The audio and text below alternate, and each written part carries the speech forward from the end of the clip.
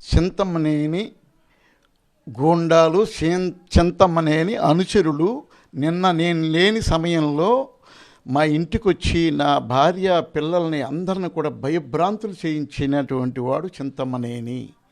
ఇది యథార్థం సార్.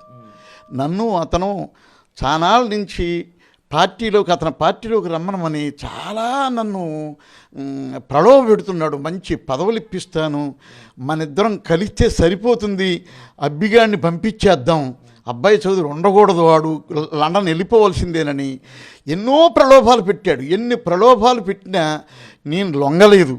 అది కుదరదు నాకు. జగన్మోహన్ రెడ్డి గారు అంటే, వైఎస్ఆర్ అంటే నాకు ఇష్టం. బొత్స సత్యనారాయణ గారు, కారుమూరి నాగేశ్వరరావు, అబ్బాయి చౌదరి అంటే నాకు ఇష్టం. మంచి లేబర్ను చూసేటువంటి మనుషులు. నాకు వైఎస్ఆర్ అంటే ఇష్టమనే ఉద్దేశంతో చెప్పానండి.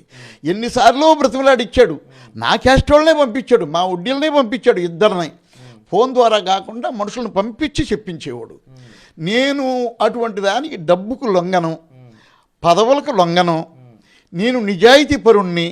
నేను జగన్మోహన్ రెడ్డి గారికి ఇష్టమైనోడిని, ఆయన నాకు ఇష్టమైనోడు జగన్మోహన్ రెడ్డి గారు అనే చెప్తా వచ్చా. మా ఊరు వెళ్ళనివ్వటం లేదు, రానివ్వటం లేదు. చాలా దుర్మార్గం చింతమనేని చేసేది.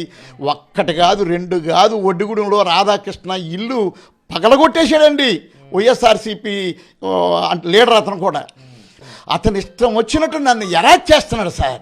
నా ఫ్యామిలీని ఎరాజ్ చేస్తున్నాడు.